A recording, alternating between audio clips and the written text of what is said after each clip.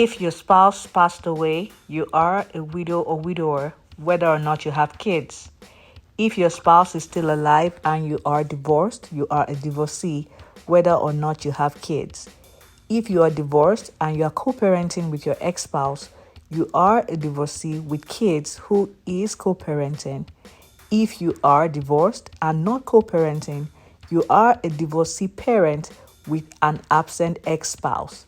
If you move in or cohabit with your partner, whether or not you have kids together under the same roof, while unmarried, you are a couple in cohabitation and are referred to as common law marriage partners or cohabitants. If this is your situation, you might need to find out if this is allowed or legally recognized where you are situated. Times are changing, and unfortunately, people are beginning to lump varying marital scenarios together while painting and portraying them as single parenthood or motherhood. But what is the correct designation of titles of different circumstances people find themselves? There is a fine line between different situations, so much so that it is so clearly defined that there is no need for any of the lines to be blurry or have society second guess what these are.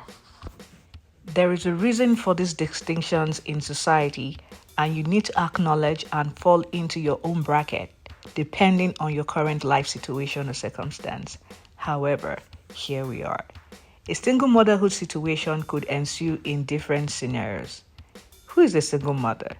A single mother is someone who has a child or multiple children either outside of wedlock by rape, where the father of the child is unknown, where there is mental incapacitation of the child's father, or a situation of non-commitment or outright rejection of the child by the child's father where marriage is absent.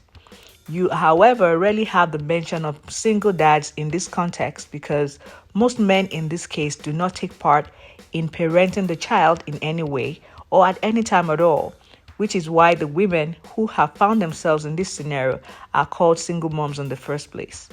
And even though this rarity is true, in very minuscule instances, you may find a single dad, if he has a child outside of wedlock, never marries the woman but takes custody of the child without any input from the mother whatsoever. This, however, mostly happens in cases where the mother of the child is also either mentally incapacitated or passes away during childbirth while unmarried, and the man is left with no other choice than to take up the sole responsibility for the upbringing and upkeep of the child. The circumstances that lead to single motherhood is unique and starkly differs from what people want to make it out to be.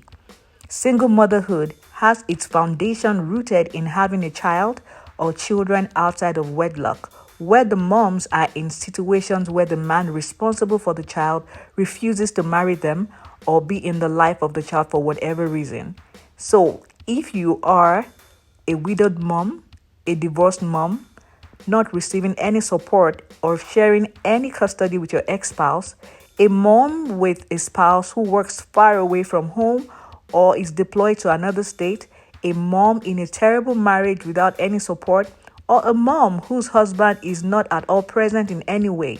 These circumstances, unfortunately, does not make you a single mom for the simple reason that these experiences you have emanated solely from your previous or current marital status to your spouse. If your spouse passed away, you are a widow or widower, whether or not you have kids. If your spouse is still alive and you're divorced, you are a divorcee, whether or not you have kids. If you are divorced and you are co-parenting with your ex-spouse, you are a divorcee with kids who is co-parenting. If you are divorced and not co-parenting, you are a divorcee parent with an absent ex-spouse. If you move in or cohabit with your partner, whether or not you have kids together under the same roof while unmarried, you are a couple in cohabitation and are referred to as common law marriage partners or cohabitants. If this is your situation, you might need to find out if this is allowed or legally recognized where you are situated.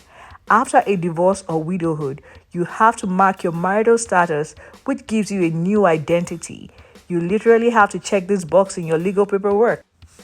You are no longer a wife, but you at the same time cannot go back into the single box.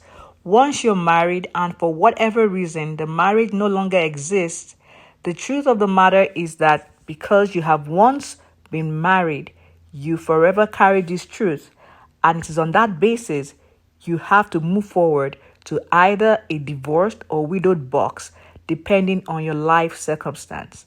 The bottom line is, when previously married, the kids you have or don't have is not the defining factor for your new marital status. The existence of a previous marriage is. All we have discussed today actually applies to both men and women. If you have been previously married, you check the divorce box or the widowed box, depending on your life circumstance. So, if you've been divorced or you're widowed, you are either a divorcee or a widow or widower, but not a single mom or a single dad.